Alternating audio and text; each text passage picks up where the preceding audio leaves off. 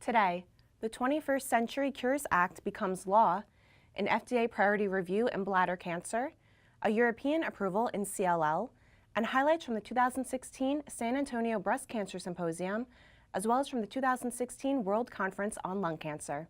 Welcome to Enclave News Network. I'm Gina Columbus. President Barack Obama signed the 21st Century Cures Act into law, earmarking $6.3 billion over 10 years for advancements in precision medicine development, brain research, heroin and prescription drug abuse prevention, and mental health.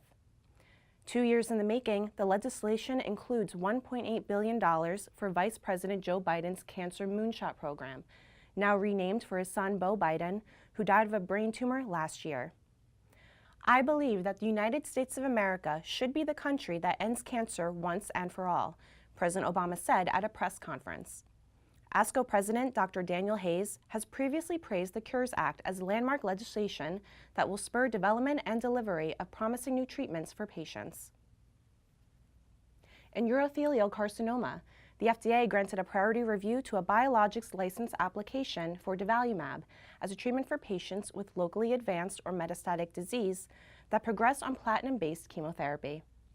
The application is based on data from Study 1108, a phase 1-2 trial in which durvalumab induced a 46% response rate in patients with PD-L1 positive advanced bladder cancer. As part of the Prescription Drug User Fee Act, the agency is scheduled to make a final decision by the second quarter of 2017.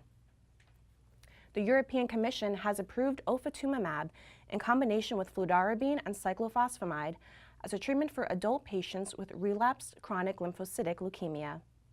The approval, which followed a positive recommendation from the Committee for Medicinal Products for Human Use, was based on data from the Phase 3 Complement-2 study, in which the median progression-free survival was 28.9 months with the addition of ofatumumab to chemotherapy, compared with 18.8 months with fludarabine and cyclophosphamide alone. The overall response rate with the triplet was 84% versus 68% in the control arm, with complete response rates of 27% versus 7% respectively. Last week, the San Antonio Breast Cancer Symposium highlighted several results from early clinical trials, as well as immunotherapeutic advancements. In the Phase 2 Tenacity trial, the combination of nab-paclitaxel and carboplatin was found to reduce the risk of progression or death by 40%, compared with 2 other chemotherapy doublets as a frontline therapy for patients with metastatic triple-negative breast cancer. The median progression-free survival rates were 7.4 months, 5.4 months, and 6 months for nab-paclitaxel plus carboplatin, nab-paclitaxel plus gemcitabine, and gemcitabine plus carboplatin, respectively. The 12-month PFS rate was 27% with nab-paclitaxel and carboplatin, while nab-paclitaxel was 13% and gemcitabine plus carboplatin was 11%. Also in triple-negative breast cancer, immunotherapy findings were showcased. For example, the combination of pembrolizumab and eribulin demonstrated a 33.3% objective response rate for patients with metastatic disease who received 0 to 2 prior lines of therapy. In the open-label study, the ORR with the combination for untreated patients was 41.2%, while the cohort of patients with 1 to 2 therapies had an ORR of 27.3%. PD-L1 status did not appear to impact results, and the safety profile was in line with researchers' expectations. In a second study, pembrolizumab as a single agent continued to show a consistent durable benefit with an additional year follow-up for heavily pretreated patients with recurrent PD-L1 positive metastatic triple-negative breast cancer. Updated findings show that the median follow-up was 10.7 months, and 2 patients completed a 24-month course of pembrolizumab. The median progression-free survival was 1.9 months, with a 12-month PFS rate of 17.8%. Additionally, the median overall survival was 11.3 months, and the 12-month OS rate was 47.1%. For postmenopausal patients with hormone receptor-positive breast cancer, adding everolimus to fulvestrant significantly improved progression-free survival in the Phase 2 PreCog 0102 trial. Patients had HER2-negative status, metastatic disease, and were resistant to aromatase inhibitor therapy.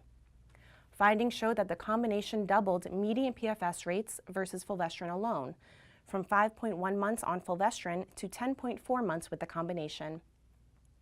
Also this week in Vienna, Austria, there were a handful of immunotherapy updates presented at the World Conference on Lung Cancer. In one study presented, second-line or beyond treatment with durvalumab demonstrated clinical benefit and led to durable responses in heavily pretreated patients with locally advanced or metastatic non-small cell lung cancer. The objective response rate with durvalumab increased in line with PD-L1 expression. In PD-L1 low or negative patients with PD-L1 expression on less than 25% of tumor cells, the ORR was 7.5% and the ORR was 16.4% in patients with PD-L1 expression of more than 25%.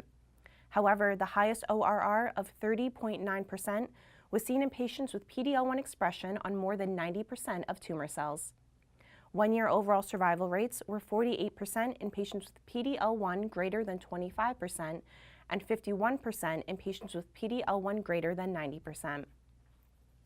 Phase 3 findings from the OAK trial demonstrated that treatment with the PD-L1 inhibitor atezolizumab significantly improved overall survival compared with standard chemotherapy in patients with non-small cell lung cancer who progressed on platinum-based chemotherapy. In the intent-to-treat population, OS was 13.8 months in the patients treated with atezolizumab versus 9.6 months in patients who received docetaxel. There was also excitement surrounding targeted therapy studies presented at the World Lung Meeting. For example, in the randomized AURA3 trial, osimertinib was found to reduce disease progression by 70% versus a chemotherapy doublet in patients with EGFR T790M mutant disease.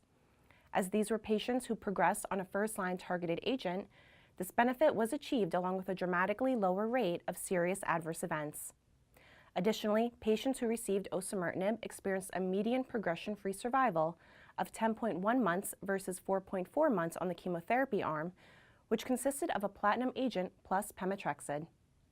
Finally, frontline treatment with sunitinib improved progression-free survival over standard chemotherapy in patients with ALK-rearranged non-small cell lung cancer. Results from the Phase 3 ASCEND-4 trial show that the median PFS was 16.6 months compared with 8.1 months for patients on the chemotherapy arm.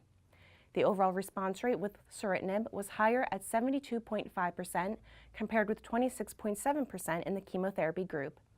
The median duration of response was 23.9 months versus 11.1 months, respectively. That's all for today.